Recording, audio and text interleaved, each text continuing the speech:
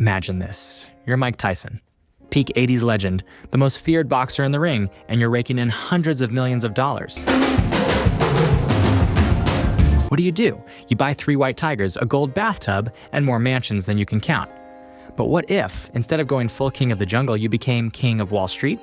Spoiler alert, you'd be sitting on $4 billion today, not filing for bankruptcy. Stick around, because this is the wild story of what Mike Tyson's life could have looked like if he swapped tigers for Tesla stock.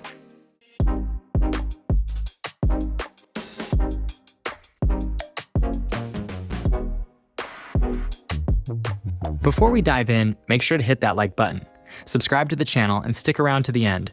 Trust me, you'll never look at tiger ownership or bad investments the same way again.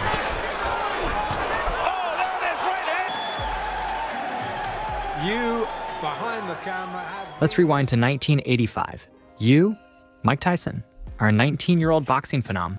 You're knocking out grown men like they're made of cardboard. By 1986, you become the youngest heavyweight champion ever, and the world is obsessed with you. The paychecks start rolling in, and not small ones. By the time you're 20, you're making $20 million per fight. Endorsements, sponsorships, and TV deals. Another $20 million here, another $10 million there. By 1990, your bank account is overflowing with over $150 million. You've got it all. Well, except a plan to keep it. Here's where it gets wild. You're Mike Tyson. Normal isn't even in your vocabulary. First, you buy not 1, not 2, but 3 white Bengal tigers. Why? Because regular pets are boring. Price tag? $70,000 each, plus $2,500 a month to feed them. Then there's the gold bathtub for your then wife, $2 million. Oh, and the jewelry collection worth over $4 million. And let's not forget the mansions. You drop $4 million on an estate with its own nightclub. Another mansion? A 7-bedroom palace in Las Vegas.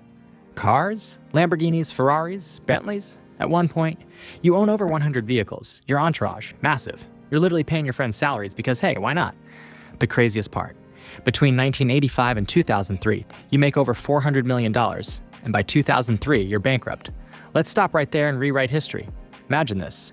Instead of spending money like it's burning a hole in your pocket, you, Mike Tyson, take half of your earnings and invest, just half. That's $200 million. Where would you put it? Let's explore 3 smart scenarios. Scenario 1, the stock market, S&P 500. If you had invested $200 million into the S&P 500 in 1986, you'd be riding the wave of one of the greatest bull markets in history. With an average annual return of 10%, by 2023, your money would have grown to over $4 billion. Let me say that again, $4 billion. That's generational wealth. Scenario 2, real estate. What if instead you bought property in booming cities like New York, Los Angeles, and Miami in the late 80s? Back then, real estate was cheap compared to today. If you'd spent $200 million wisely, your properties could now be worth over $1 billion, plus generating millions in rental income every year. Scenario 3. Tech startups, here's where it gets spicy. Imagine if Mike Tyson had invested $10 million each into small startups like Microsoft, 1986, Amazon, 1997, or Apple, 1980s.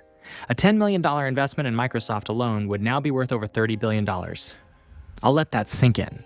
Instead of 3 tigers, you'd have enough money to buy 3 islands. So what does life look like now in this alternate universe? You're not just the baddest man on the planet, you're the smartest investor in sports history. Instead of filing for bankruptcy in 2003, you're on the cover of Forbes, chilling on your private yacht. You own entire buildings in New York, you're a tech mogul with shares in companies that run the world. And those friends in your entourage, they work for you, managing your billion-dollar empire. And guess what? You still have tigers. Because hey, who wouldn't want tigers if you're worth $4 billion? But let's be real. Why didn't this happen? Mike Tyson's downfall teaches us some valuable lessons about money. Lesson 1, spending like a rock star doesn't last forever. It's easy to spend money when it's coming in fast, but without a plan, it disappears even faster. Lesson 2, wealth without knowledge is dangerous. Mike surrounded himself with yes men, people who didn't stop him from making bad decisions. You need mentors and advisors who tell you the truth. Lesson 3, investing early changes everything. Imagine if Mike had understood compound interest. The earlier you start investing, the more your money grows, exponentially. Now, here's where you come in. Imagine you win $200 million tomorrow. Would you blow it on Ferraris and exotic animals? Or would you invest it? Here's a secret. You don't need Mike Tyson money to start building wealth. Investing $500 a month in the stock market for 30 years can turn into over $1 million. The key, start now. And maybe skip the tigers. So, what if Mike Tyson invested his fortune instead of buying tigers and golden bathtubs?